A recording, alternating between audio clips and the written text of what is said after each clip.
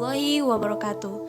Perkenalkan, saya Astri Anggraini, NIM 0705192032 dari kelas Fisika 3. Di sini saya akan membahas mengenai perumusan masalah. Sebelumnya, saya berasal dari Fakultas Sains dan Teknologi UIN Sumatera Utara.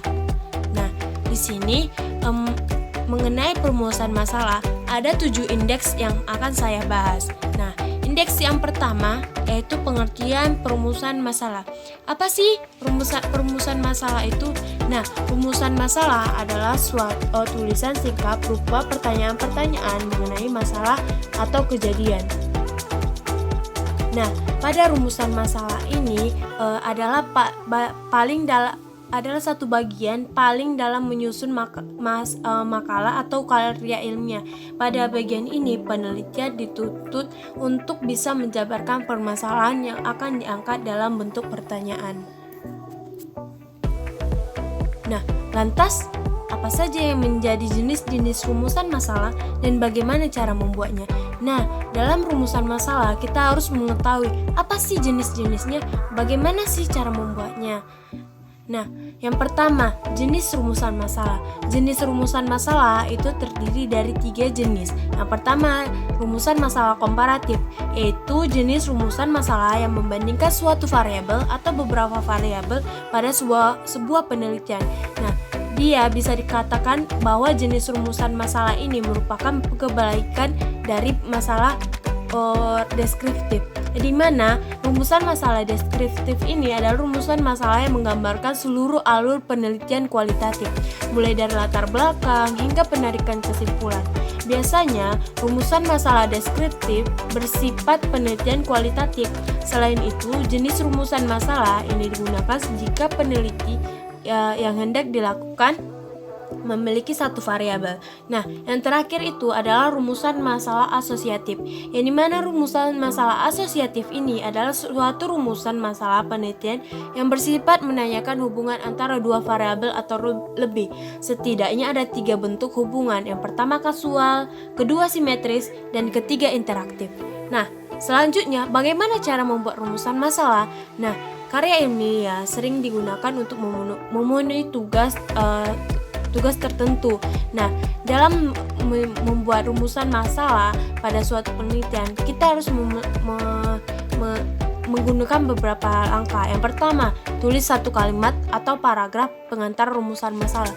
Yang kedua, rumusan masalah atau pertanyaan penelitian bisa dituliskan dalam bentuk daftar pertanyaan atau paragraf. Yang ketiga, rumusan masalah ditulis dengan menanyakan hubungan antara variabel dalam konteks tertentu, khususnya untuk penelitian sosial. Nah, yang keempat, melibatkan beberapa kalimat tanya yang relevan, seperti apa, mengapa, bagaimana, yang sering muncul dalam penelitian sosial. Nah, yang kelima, itu pastikan untuk mengakhiri pertanyaan dengan spesifikasi.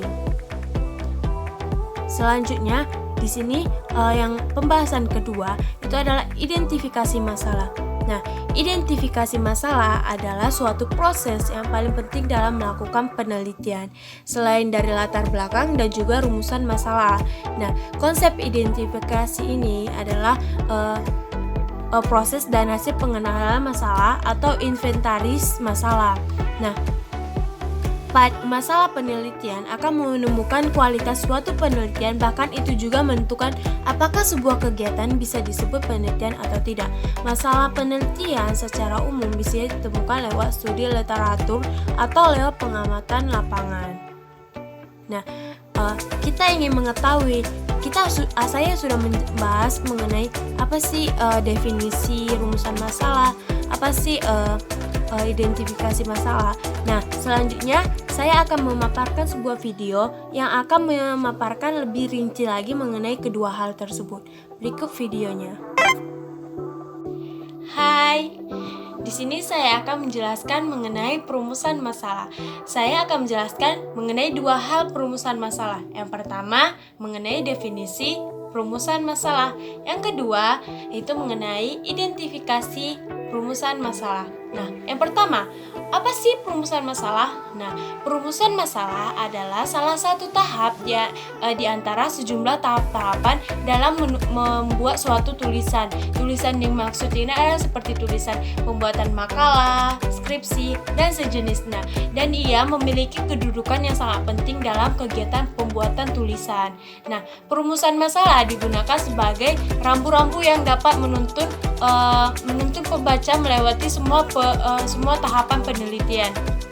Nah, perumusan masalah dapat memberikan informasi kepada pembaca alasan mengapa peneliti ini memilih permasalahan ini. Nah, perumusan masalah merupakan penyempitan dari topik masalah-masalah yang ada yang merujuk pada tujuan masalah dan akan diimplementasikan pada pertanyaan yang menyatakan permasalahan yang akan dijawab melalui sebuah penelitian.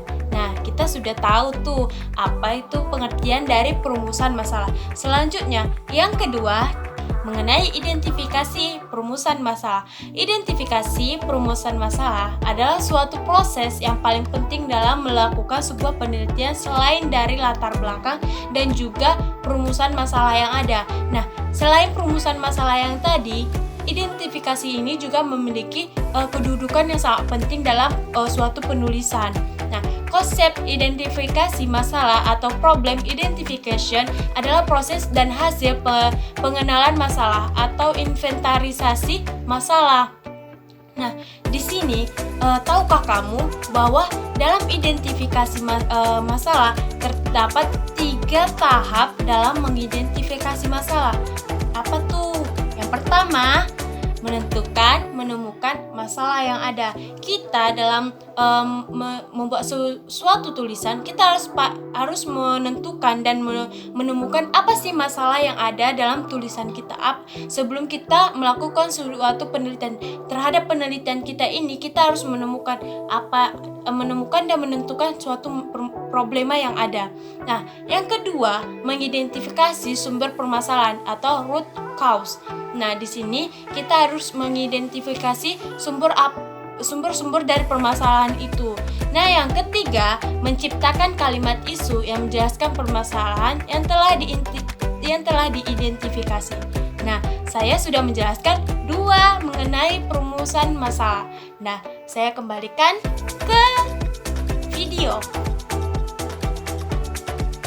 Nah, kita sudah mengetahui apa tuh identifikasi masalah dan rumusan masalah itu dari saya sendiri dan dari saya sendiri. Nah, selanjutnya indeks ketiga kita akan membahas cara membatasi ruang lingkup masalah. Nah, batasan masalah adalah sebuah ruang lingkup masalah atau batasan yang diberi untuk mempersempit masalah yang luas agar dapat ditemukan solusinya. Nah, tahap dalam membatasi masalah yaitu identifikasi dan klasifikasikan masalah yang ada. Nah, yang kedua, menegaskan permasalahan dengan cara membuat definisi operasional permasalahan. Yang ketiga, membuat data secara rinci untuk mendukung permasalahan yang sedang kita teliti. Nah, yang keempat adalah deskripsikan menggunakan kalimat efektif dan menarik agar ini dapat dipahami dengan cara mengungkapkan bagian harapan atau teorinya. Selanjutnya, yang keempat itu menetapkan research question. Nah, research question itu adalah acuan tahapan yang dapat membantu seseorang peneliti untuk memulai suatu penelitian dengan tepat. Nah, cara menetapkan research question ini terdiri dari 4 tahap.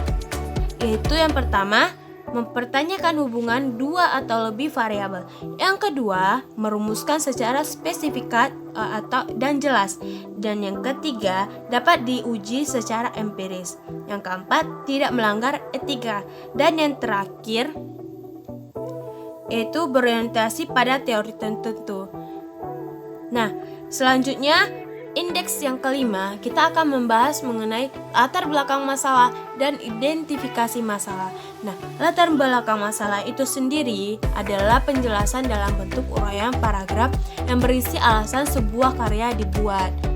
Nah, dan yang identifikasi tujuan adalah tujuan penelitian harus dirumuskan secara spesifik dan jelas. Nah, cara mengidentifikasi tujuan ini yaitu dilakukan dengan pengembangan, mengetahui apa yang layak dibahas. Yang ketiga itu adalah menentukan mana yang penting dan sebagai pelengkapnya. Nah, selanjutnya indeks yang ketujuh adalah indeks yang terakhir, yaitu mengenai langkah-langkah merumuskan masalah. Di sini langkah-langkah mengenai merumuskan masalah itu ada 6 langkah. Yang pertama, tentukan fokus penelitian. Kita dalam meneliti harus menentukan apa sih fokus penelitian kita ini agar nanti penelitian kita ini dapat berjalan dengan baik. Yang kedua, masalah dirumuskan dalam bentuk pertanyaan, karena nanti dalam perumusan masalah ini kita membuat pertanyaan, nanti akan di pembahasan akan diberi jawaban mengenai rumusan masalah kita ini. Nah, yang ketiga, rumusan masalah jelas dan padat. Kita membuat rumusan masalah harus jelas dan padat, tidak bertele-tele agar nanti dalam pembahasannya juga mengenai pertanyaan itu dapat dijawab dengan tepat dan benar. Yang keempat, dasar hipotesis. Yang kelima, masalah harus menjadi dasar untuk judul penelitian. Nah, yang terakhir yaitu data. Dalam rumusan masalah kita harus memberikan implikasi adanya data untuk memecahkan masalah. Nah, data ini sangat diperlukan apabila kita membuat sebuah karya agar ini dapat mendukung apa sih karya yang kita teliti tersebut.